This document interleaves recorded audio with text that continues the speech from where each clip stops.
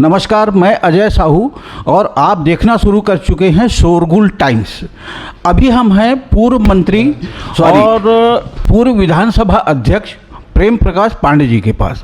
आज शहर के समस्याओं को लेकर लंबी चौड़ी बातचीत पत्रकारों से हुई है पांडे जी की, तो हम भी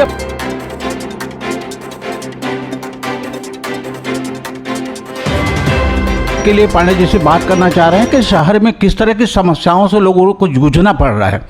पानी टंकी सेक्टर 4 की धराशायी हुई है कि लोगों को पानी की समस्या से खूब जूझना पड़ रहा है। अभी उसके पाइपलाइन जोड़ने का काम चल रहा है, श्रेय लेने की ओर से लग गई है उसको लेकर, जबकि पूरा काम संभवतः बीएसपी कर रही है। ये बताइए क्या समस्या है? देखिए, जहाँ तक पानी की समस्या है, एक लंबे समय से चली आ रही समस्या और एक तात्कालिक जो पानी टंकी गिरा। अब पानी टंकी गिरा, क्यों गिरा? सुपरविज़न प्रॉपर होना चाहिए था, प्रबंधन के द्वारा होना चाहिए था, प्रशासन के द्वारा होना चाहिए था, निर्वाचित जनप्रतिनिधियों के द्वारा समय समय पे उसको आगाह करके उसकी वैकल्पिक योजना पहले से बनानी चाहिए। हम लोगों के समय भी सेक्टर 2 में टंकी का था, हमने बनाया, सेक्टर 7 में बना। तो एक तो ये हो गई। दूसरा, जब पानी टंकी गिर गया है तो बीएसपी के द्वारा जितने उसके पास संसाधन है अपना काम कर रहे हैं, उसको जोड़ रहे हैं। नगर निगम और बीएसपी दोनों के द्वारा टैंकर सप्लाई के द्वारा भी हो रहा है। कुछ हैंडपम्प भी शायद खुदे जा रहे हैं नगर निगम के द्वारा। तो ये एक पौड़ी है।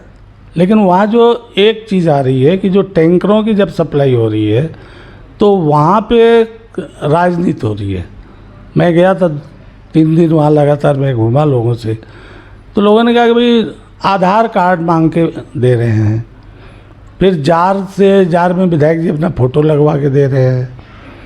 तो मेरा कहना है ये बहुत थोड़ा ठीक नहीं लगता है। ठीक है, आप फ़ोटो लगा के दो, कोई दिक्कत नहीं है, लेकिन लॉन्ग टर्म में अपने को जो पानी की समस्या का, ये 1.5-2 साल पहले भी चालू हो गया था जब गंदा पानी आ रहा था। उस समय नगर निगम का चुनाव था, मुझे याद है। सेक्टर 2, सेक्टर 1, 4, 5 एमबीआर साहब, ये सब लोग अपना दुकान खोल के जार बांटो, ये करो वो करो, और उस समय भी आधार कार्ड लेके दे रहे थे। बाद में मुझे बताया लोगों ने भी आधार कार्ड किसी का लेना तो सबसे बड़ा पाप है और जुर्म भी है, क्योंकि आप दूसरे का आधार कार्ड कैसे ले लोगे? सरकारी योजनाओं के लिए लिया जा सकता है, लेकिन पानी बांटने के लिए आप आधार कार्ड मांग रहे हो, ये तो बड़ी अजीब बात है। लेकिन उस 1.5 साल में जो पानी की समस्या का समाधान होना था, क्या होता था? भाई आप 2 टाइम पानी देते, 2 टाइम पानी दिलवाते तो सारी टंकियां लगभग 1/3 खाली रहती। लोड कम रहता तो ऐसी दुर्घटनाओं में कमी होनी थी। टंकियों के बारे में जानकारी लेना, अभी आप तो किलोमीटर, कई 100 किलोमीटर घूम रहे हो, 4 साल में नहीं लिए, किलोमीटर में नहीं दिखा क्या? तो ये जनप्रतिनिधि का काम होता है कि वो बीएसपी, प्रबंधन, नगर निगम प्रशासन, जिला प्रशासन, सबसे बात करके इस समस्या के समाधान करे। गंदा पानी की समस्या वहाँ भी है। सेक्टर 1 में आज भी लोग एटीएम से जा कर के पानी खरीद के ले आ रहे हैं।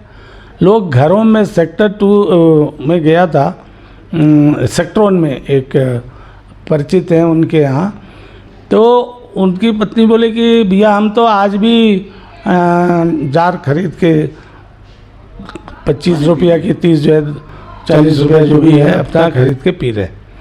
तो मतलब ये कभी टाउनशिप में नहीं हुआ। पिछले 5 साल पहले लोगों को 2 टाइम पानी मिलता था।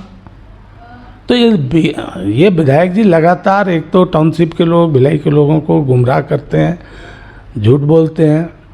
अब या तो इनको समस्याओं के समाधान की समझ नहीं, या ये जानबूझ करके झूठ बोलते हैं। मैं ऐसा कह नहीं सकता कि समझदार नहीं है, क्योंकि विधायक हैं, इतने लोगों ने चुना है और समझदार ही हैं।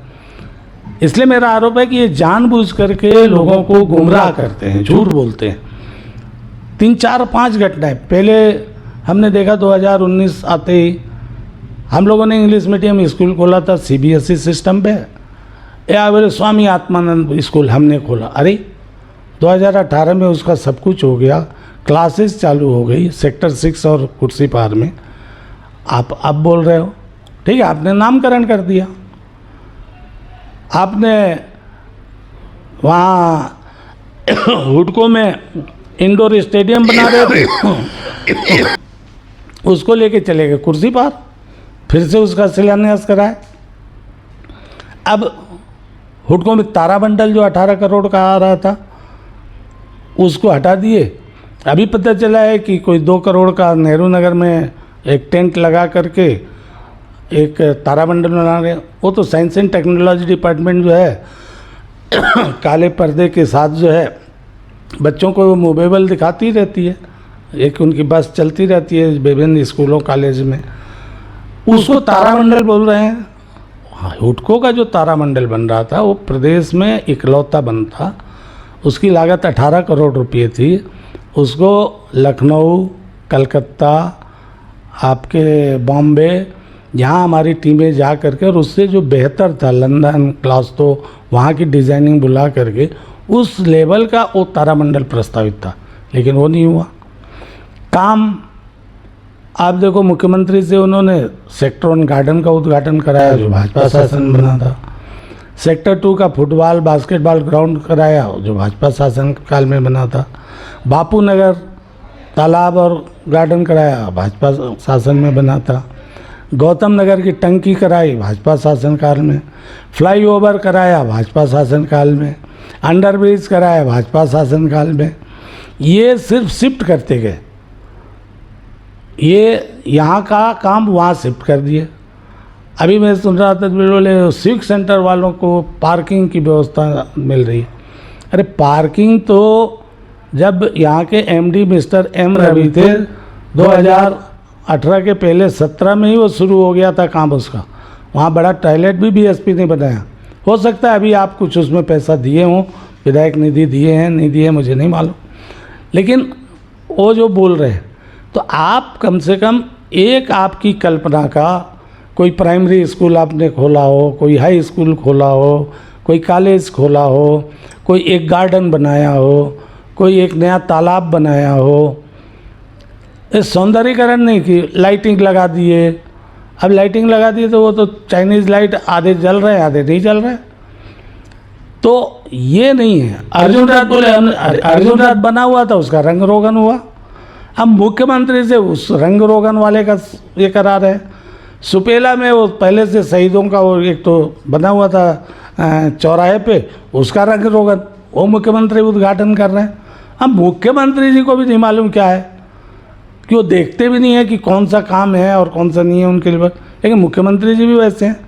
दुर्ग यूनिवर्सिटी का शिलान्यास हमने किया हुआ था, हम लोगों ने उसको हटा करके जाके फिर शिलान्यास कर दिए। जमीन अलॉटमेंट सारा काम पैसा सब हम लोगों के समय हुआ था, आज वो यूनिवर्सिटी बन रही है।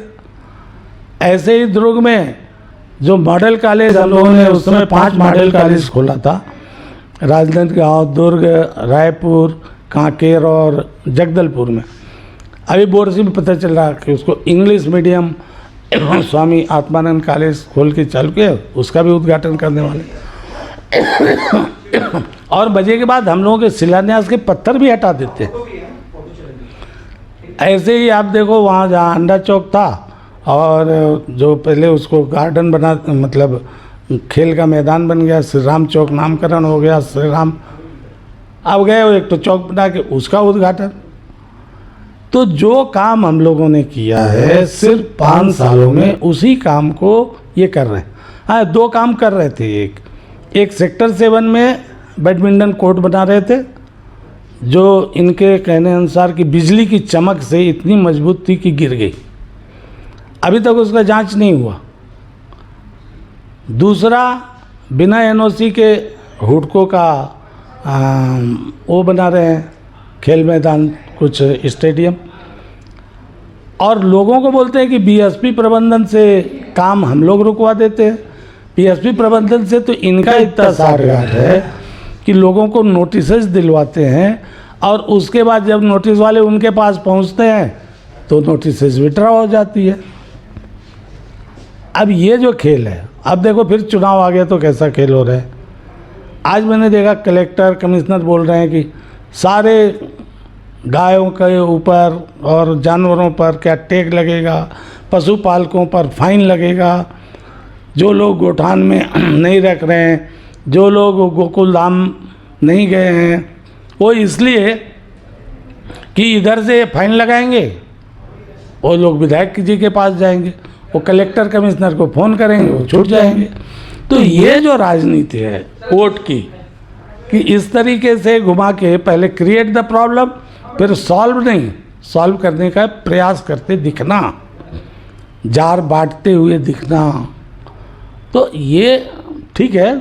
लेकिन डेवलपमेंट जो है भिलाई में सिंगल नहीं हुआ। मैंने कहा एक तालाब बता। मैं पांडे जी यहाँ पे आपको थोड़ा सा रोकना चाह रहा था। कांग्रेस का कार्यकाल प्रदेश में 5 साल होने वाला है, लगभग 4.25 साल तो हो ही गया है। तो अपन ये मान के चलें कि इस 5 साल में भिलाई टाउनशिप एरिया में कोई भी काम विधायक देवेंद्र यादव के माध्यम से या कोई जिसे उल्लेखनीय कहा जा सके, ऐसा कोई काम नहीं हुआ है। हाँ, मैं तो बोल रहा हूँ कि एक वो स्टेडियम जो बना रहे हैं वो हो सकता है, और या तारामंडल वाले की जगह पे एक सामुदायिक भवन, बाकी ऐसा कोई काम नहीं हुआ है। अभी तो काम जब उनके घोषणा पत्रों की आने वाले समय में जब लोग पूछेंगे तो काम तो वो बताना पड़ेगा कि ये वाला काम कहाँ गया, ये वाला काम गया।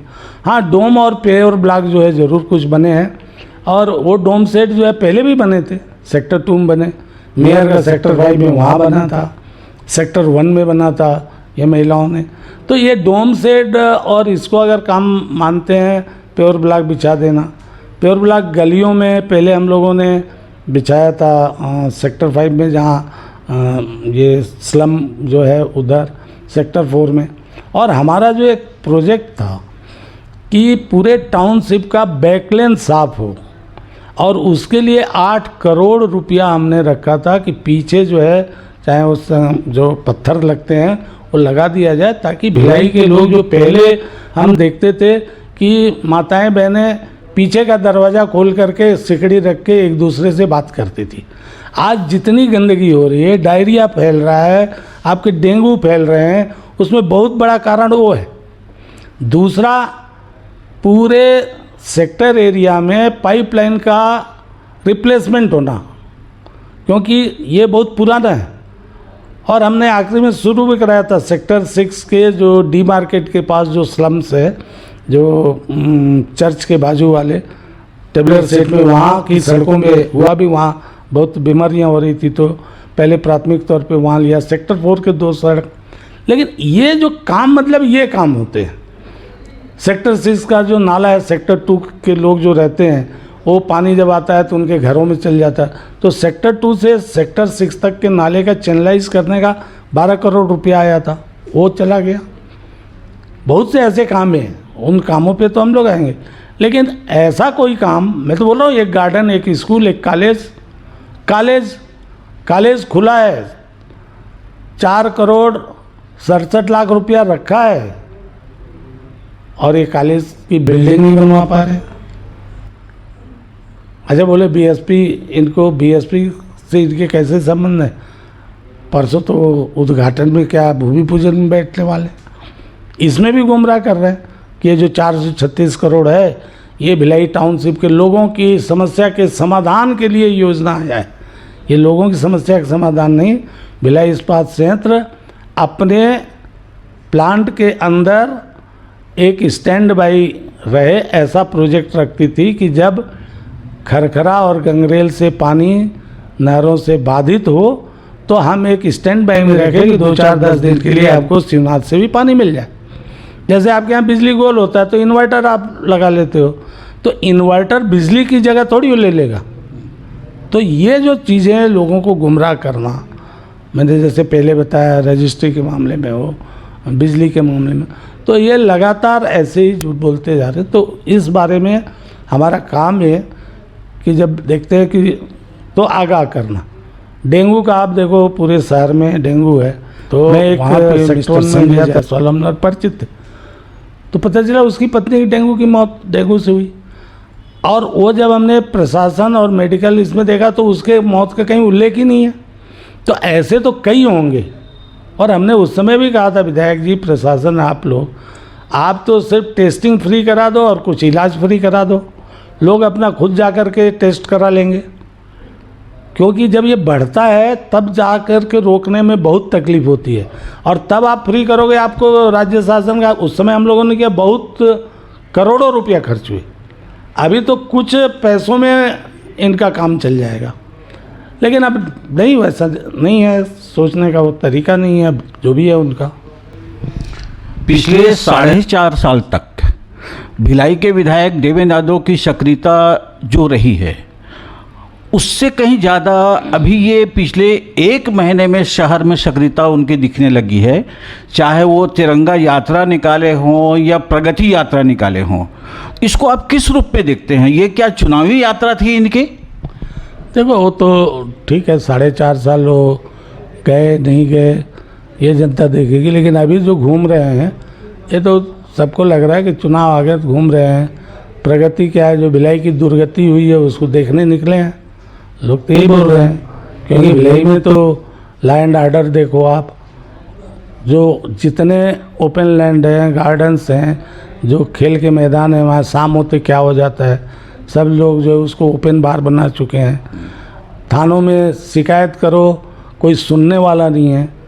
कल मेरे को कुर्सी पार में एक बता रहे थे कि अभी देखो 3 ATM जो है लूट लिए गए, आज तक नहीं पकड़ा है। 2 तो हुडकों में लूट लिए गए, एक तो उधर, और सब ये रहवासी क्षेत्रों में। लोहा चोरी में लोग लिप्त होते हैं, कौन है? तो कांग्रेस से जुड़े लोग, नाम गायब हो जाता। चावल चोरी में जुड़े हुए कौन? पार्षद, उनके घर के विधायक प्रतिनिधि। बाद में क्या बोले थे, उन्होंने पैसा जमा कर दिया। अच्छा, कोई FIR नहीं, कोई उनकी कार्रवाई नहीं। लोहा चोरी और सट्टा चल ही रहा है। हम लोगों के समय यहाँ के बच्चे, हम लोग देखते थे भाई IIT में कंपटीशन ले, इसलिए हम लोग IIT ले आए। अभी यहाँ बच्चों में ये होड़ हो गया है कि महादेव का ID किसके पास ज़्यादा है। अब ये जो एक चेंज हुआ है ये बड़े दुर्भाग्य की बात है। आप ED की प्रेस कॉन्फ्रेंस देखोगे, उसमें 2 चीज़ों को आपको बहुत गंभीरता से लेना चाहिए। उसने लिखा है कि पुलिस, सीनियर पुलिस अफसर्स और पॉलिटिशियंस जो CM हाउस से जुड़े हुए थे, इन लोगों ने आंख बंद करके ये महादेव ID को, जो सट्टा है, उसको बढ़ाया और उसके बदले हुए प्रोटेक्शन मनी लेते थे। ये प्रोटेक्शन मनी शब्द का प्रयोग हुआ है।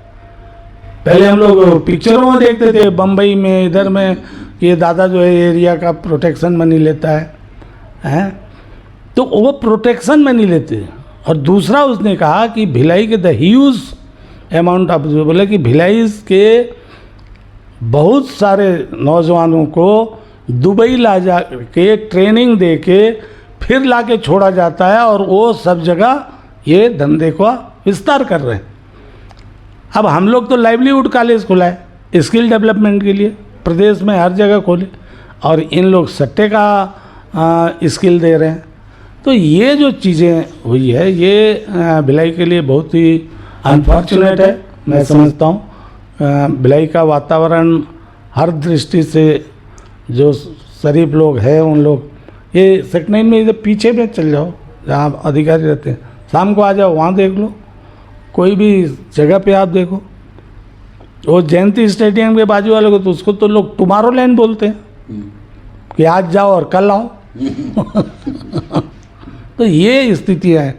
कुर्सी पार हो गया, सब जगह लोग इतने डरे हैं। मैं कल एक वीडियो दिखा रहा था, 3 लड़के जो है मार रहे हैं एक को लाठी, और रिपोर्ट नहीं हुआ। कुछ लोग है 1 महीने बाद रिपोर्ट हुआ।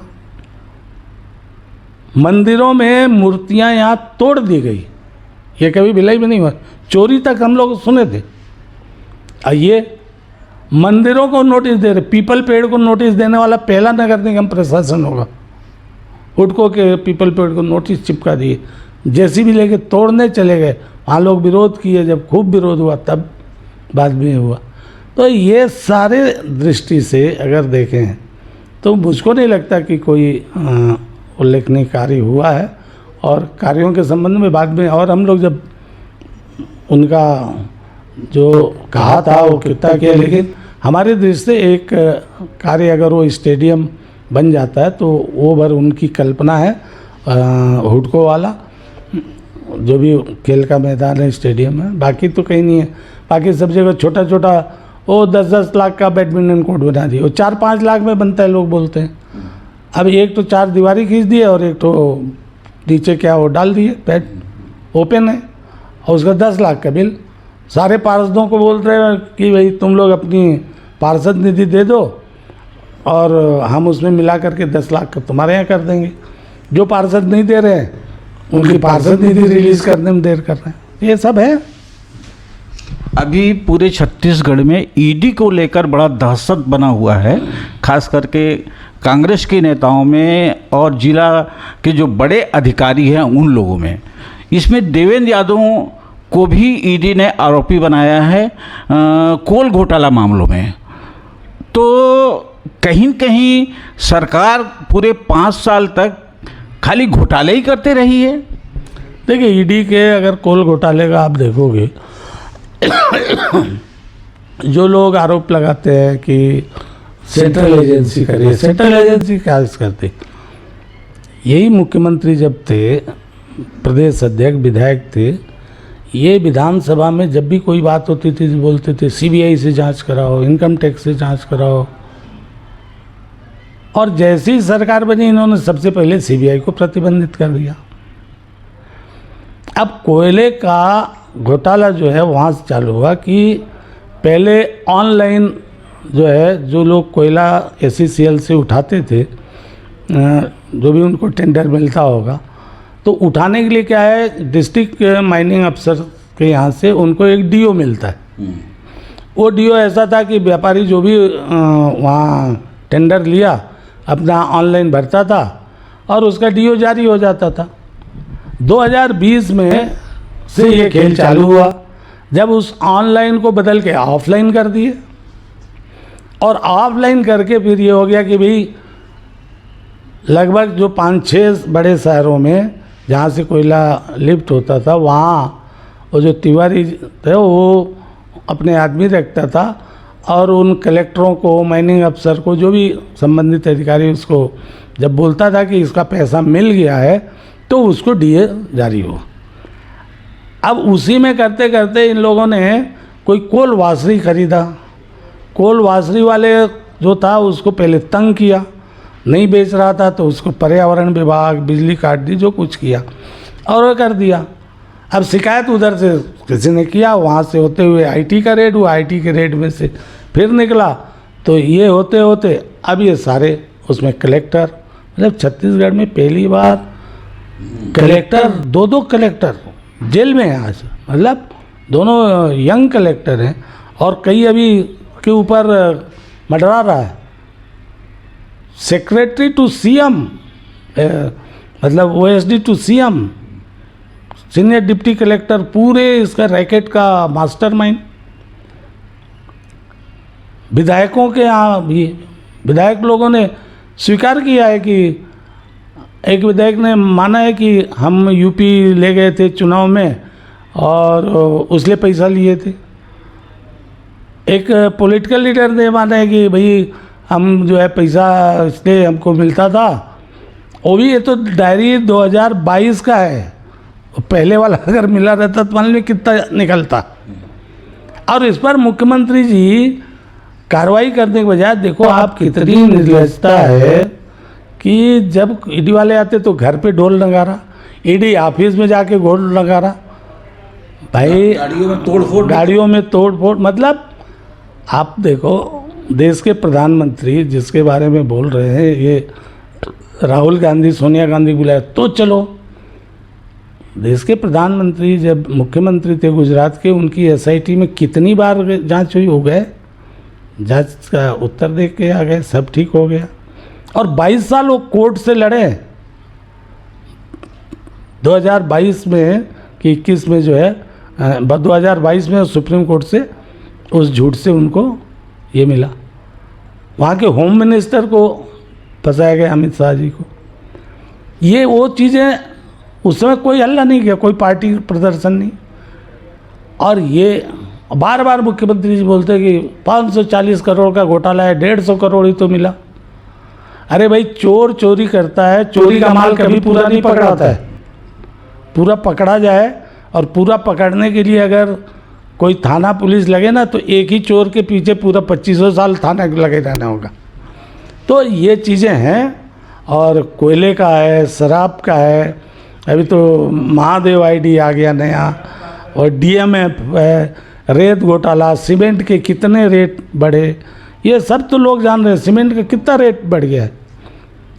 तो बहुत सारे हर क्षेत्र में जो एक भ्रष्टाचार है। और ये घोटाला बोलते तो कोई स्कैंडल नहीं है, ये शुद्ध रूप से एक्सटॉर्शन है, अवैध वसूली है। 25 रुपया टन, मतलब घोटाला ये होता है कि भाई ये SCCL का माल गया, ये गड़बड़ हो गया, माल जा रहा आ रहा सब वो ये बीच से निकालना है। कमीशन एक्सटॉर्शन है, जो मतलब जबरिया वसूली है। तो ये चीज़ें सारे प्रदेश में देख लो, कोई डेवलपमेंट नहीं है इनके द्वारा किया गया। जो इनका मेजर प्रोजेक्ट है नरवा गरवा गुरवा, वो भी सेंट्रल के पैसे से, कैंपा का पैसा लग रहा है, मनरेगा का लग रहा है, आपके 15वें वित्त का 1 रुपया बजट नहीं है। तो अब है, जनता देगी। मतलब अपन ये मान लें पंडित जी कि आप जिस हिसाब से बात कर रहे हैं उसके हिसाब से कि 5 साल में कांग्रेस की सरकार ने प्रदेश में विकास के नाम पर सिर्फ लोगों को ठगा है। सिर्फ ठगा ही नहीं है, लूटा है। एक आंकड़ा आपको बता रहा हूँ, 2018 में प्रति व्यक्ति कर्जा 11,500 रुपया था। आज 5 साल में वो बढ़ करके लगभग 28,000 रुपया हो गया। अब आप समझ लो, ये एक ही लाइन में सारी चीज़ दिख जा रही है आपको।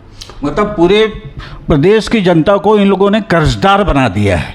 कर्जदार बना दिया। बिजली बिल देखो, यहाँ टाउनशिप की तो हाफ की बात है। अप्रैल में इन्होंने कहा था जो CSP DCL के उपभोक्ता हैं 1 रुपया नहीं बढ़ेगा।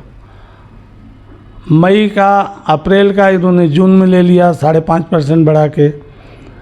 मई का इन्होंने जुलाई में ले लिया 10.88 बढ़ा करके। जुलाई का इन्होंने, जून का इन्होंने अगस्त में ले लिया 15.2 बढ़ा के। और लगातार वो बढ़ाते चले जा रहे हैं।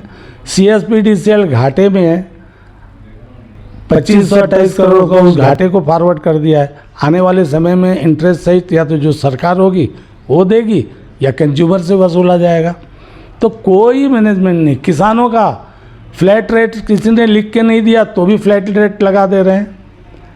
4% आज जो CSP DCL में लोग पैसा जमा करते हैं, लगभग 4% वो स्टील सेक्टर को जो छूट दिया है आयोग ने, उसके कारण दे रहे हैं। लगभग 52 करोड़ रुपया 2022 के जून महीने में पूरे कंज्यूमर से VCA के नाम पे ले लिया गया। और CSP DCL इसको मान रहा है, लेकिन आयोग पे जो लोग आपत्ति कर रहे हैं, आयोग भी नहीं दे रहा। तो आयोग के अध्यक्ष भी हैं, बता रहे हैं कि इनके नज़दीकी लोग हैं। तो ये भी बड़ा दुर्भाग्य होते जा रहा है। आने वाले 3 महीने में विधानसभा का चुनाव लगभग तय है। नए साल में नई सरकार छत्तीसगढ़ में अस्तित्व में आ जाएगी। आपको क्या लगता है कि अगर मान लो प्रदेश में कांग्रेस ने सरकार ने कुछ नहीं किया है तो वापस जो है इनकी स्थिति जनता इनको वोट देगी या इनकी सरकार बनेगी? और सीट, अगर बात ये 75 सीट तक की बात करते हैं कि हम 75 सीट इस बार गेन करेंगे, है ना, पिछले बार के चुनाव से ज़्यादा सीट इस बार लेंगे, आपको क्या लगता है? नहीं, देखिए, इस बार जनता इनको नकारेगी। जनता के हर वर्ग को इन्होंने ठगा है। नौजवान को ठगा, किसान को ठगा, महिलाओं को ठगा, वृद्ध लोगों को ठगा, आपके व्यापारियों को ठगा, आम उपभोक्ताओं को ठगा। कोई ऐसा वर्ग नहीं बचा है। लोग तो इसलिए कहते हैं कि ऐसा कोई सगा नहीं जिसको काका ने ठगा नहीं। अब नौजवानों को इन्होंने क्या कहा था कि हम 10 लाख लोगों को अगर रोज़गार दे दिए तो बेरोज़गारी भत्ता देंगे, 2500 रुपये देंगे। 2500 का 10 लाख के हिसाब से होता है 3000 करोड़ रुपया पर ईयर, 5 साल में 15,000 करोड़ रुपया हो गया। इन्होंने बजट में कितना रखा है जो बेरोज़गारी भत्ता बांट रहे हैं? 250 करोड़ रुपया रखा है मूल बजट में और 50 करोड़ इन्होंने सप्लीमेंट्री बजट में रखा, तो कुल 300 करोड़, तो 14,700 करोड़ रुपया तो इन्होंने बेरोजगारों से ले लिया। पीएससी में देख लो आप, संयोग ऐसा बन रहा है कि जब जब कांग्रेस की सरकार आ रही पीएससी में घोटाला हो रहा है। आज तभी तभी नेता और अधिकारियों के रिश्तेदार हो रहे हैं, कोई मुख्यमंत्री का नज़दीकी, कोई मंत्री का, कोई अधिकारियों के। तो नौजवान भी पूरी तरह निराश और हताश है। उस पर तीसरा जो है शराब और ये महादेव आईडी आ गया, नौजवानों को गुमराह करने, नशे का गढ़ बन गया है। कोई भी नशा ऐसा नहीं, शराब तो था ही, जितने प्रकार के नशे हम लोग सुनते थे, पिक्चरों में देखते थे, वो सब आज छत्तीसगढ़ में चल रहा है, खुलेआम चल रहा है। और इसके कारण आप देखोगे अपराध में भी वृद्धि हो रही है। रक्षाबंधन के दिन 2 जो बच्चियों के साथ सामूहिक दुष्कर्म हुआ, वो कौन लोग थे? आखिर इतना हौसला हो गया कि सड़क पे बैठ के लोग शराब पी रहे हैं। और ये कोई एक दिन की घटना नहीं, रोज हो रहा है। रोज कोई पान ठेले पे पान का पैसा नहीं दिया, मार दिया। कौन है? हम कांग्रेस के हैं। और जो इनका असली चेहरा, रामनामा ओढ़ के जो चल रहे थे, रामगमन, वो दिख गया कि खड़गड़े का लड़का बोलता है कि सतनाम धर्म के लोग जो है वो क्या डेंगू, मलेरिया, कोढ़ी, ये वो। कांग्रेस का ये सोच सामने आ गया कि सनातन धर्म के लोगों को समाप्त करो। वो कौन है? डेंगू मलेरिया के समान है, कोढ़ और HIV, ये है। सनातन इनके कहने से समाप्त नहीं होने वाला। लेकिन ये जो तुष्टीकरण की राजनीति में इतने नीचे गिर रहे हैं, ये सबने देखा भाई। ए राजा स्टालिन ने बोला, प्रियंका खड़गे ने बोला, RJD, ये सब वही लोग हैं। कांग्रेस पीछे से खड़ी रहती है, बोलती है तू बोल, और हम बोले हट गए। इसमें तो संयोग से उसका लड़का आ गया। कई बार और भी बहुत से। तो ये पूरी तरह से छत्तीसगढ़ की जो जनता उस चीज़ को समझ रही है। किसानों के साथ भी जो इन्होंने छलावा किया है। आज ये कर्जा माफ़ी की बात करते हैं, विधानसभा में उत्तर है कि लगभग 4 लाख लोगों के कर्ज नहीं माफ़ हुए, और 4 लाख एकड़ जो है खेती का रकबा कम हो गया है। यहाँ सिंचाई मंत्री जी आ रहे हैं, उनसे पूछ लेना। हाँ, कल तक उन्हीं के पास था कृषि विभाग, ये उनके प्रतिवेदन में है। कुल मिलाकर ये अपन समझ सकते हैं इन तमाम बातों को लेकर कि आने वाले चुनाव में छत्तीसगढ़ में कांग्रेस का सफाया होने वाला है। अब सफाया होगा या नहीं होगा, मुझको लगता है छत्तीसगढ़ की जनता कांग्रेस को यहाँ से हटाएगी ज़रूर। और जो पिछले बार जो परिवर्तन की एक बात की थी और लोगों को लगा कि भाई 15 साल तक एक सरकार रह गई, और लोकतंत्र में ठीक भी है कि अगर ज़्यादा देर हो जाए तो उस तरीके से लोगों के मन में आया कि एक नया है, चलो देखते हैं। और नया देख लिया, नया वाले का अनुभव बहुत ख़राब हो गया है। अगर ऐसी सरकार चलती रही तो आप जान जाओ कि अगले 5 साल अगर इसको मिल गया कांग्रेस को, तो प्रदेश की सरकार दिवालिया हो जाएगी। जिस दिशा में जा रही है, डेवलपमेंट जीरो है। अभी आप सुन रहे थे प्रेम प्रकाश पांडे जी को, पूर्व मंत्री रहे हैं, भाजपा के कद्दावर नेता हैं। बहुत सारी बातें हुई, शोरगुल टाइम के लिए पांडे जी ने समय निकाला, उसके लिए बहुत बहुत धन्यवाद। नमस्कार। आप इस चैनल को देखें और वीडियो को लाइक करते हुए सब्सक्राइब करना ना भूलें। नमस्कार।